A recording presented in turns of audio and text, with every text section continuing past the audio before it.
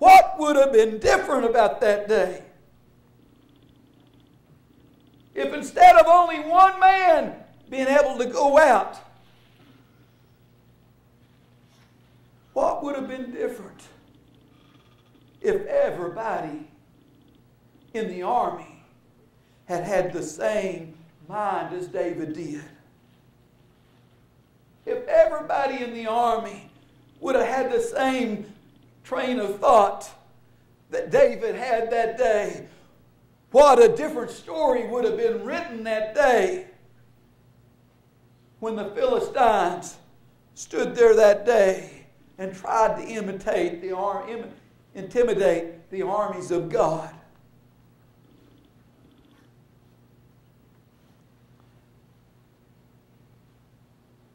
When I read about David and Goliath, my mind, I can't help but take and go back to a little bit in our American history.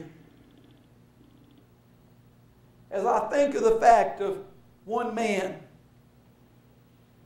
saying, no matter what, I'm going to stand up.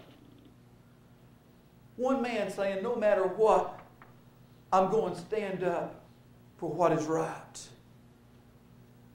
My mind goes back to a little Texas history down in San Antonio, at a place we know in Texas history as the Battle of the Alamo. I can't help but think about the Battle of the Alamo when I think of David and Goliath. And you may say, well, what kind of comparison is that? What kind of comparison is that?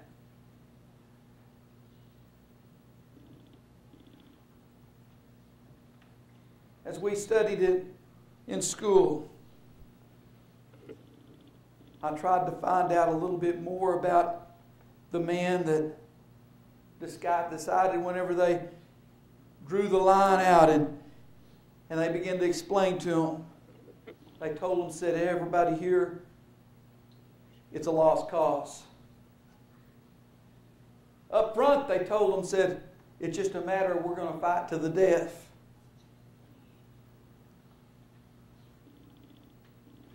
Not a much better picture than what Jesus gave his disciples whenever they said, we'll follow you anywhere.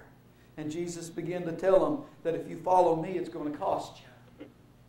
And here at the Battle of the Alamo, these men were told, we're outnumbered. I can't remember if it was 10 to 1, 20 to 1. The odds were way against them. 200 against 6,000. I believe it's probably about right. They were way outnumbered. They didn't stand a chance. And I remember in school as they began to talk about that they took the sword and drew a line across the ground.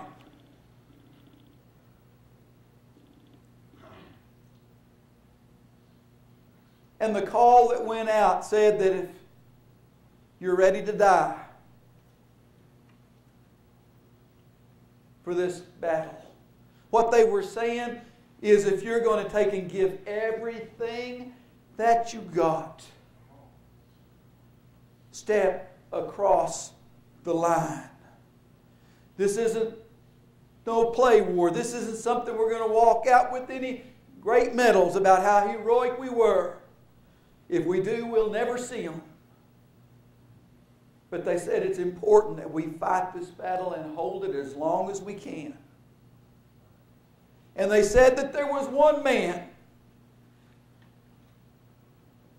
He worked for hire.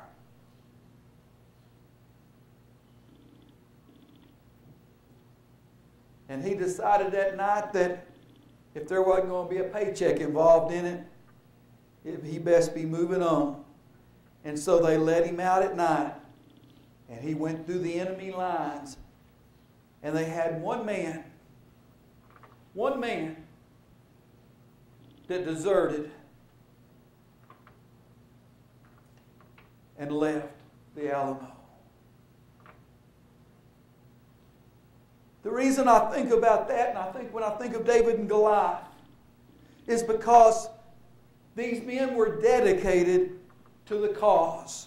Win or lose, they were dedicated to the cause all the way. All the way to the end. Despite what the end results might be, they said, we are in it all the way. There's no backing out. When the battle began to commence,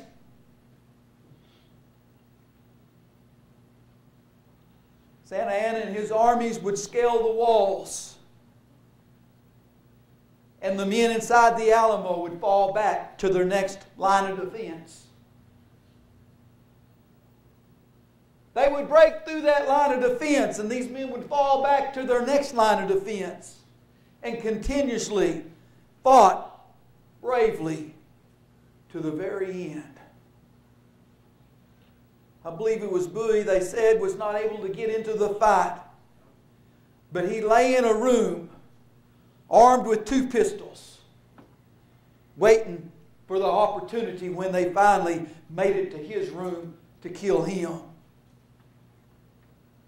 And with them 2 pistols, the life of that man didn't come cheap. There were several lives that went before his went.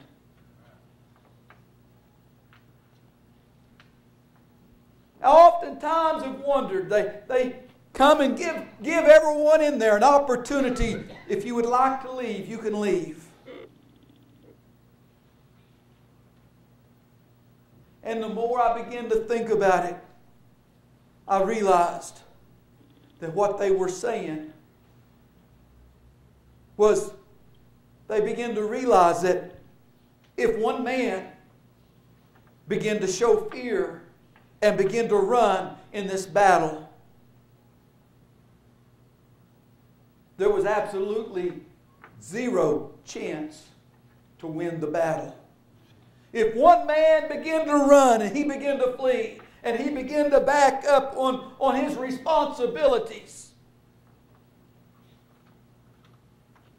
the hope that they had, which was very little, would begin to diminish.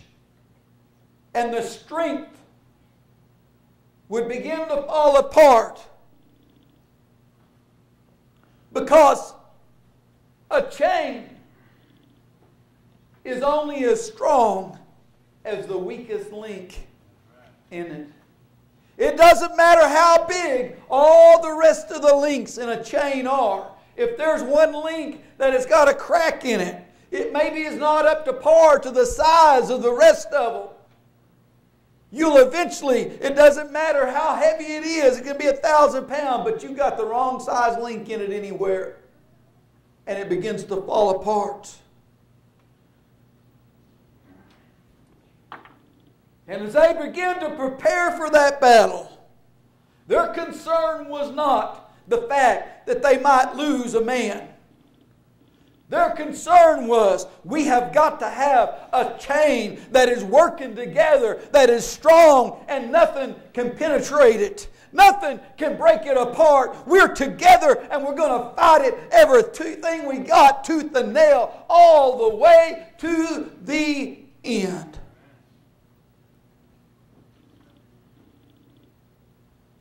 What they realized at the Battle of the Alamo was just the opposite of what they had with David and Goliath.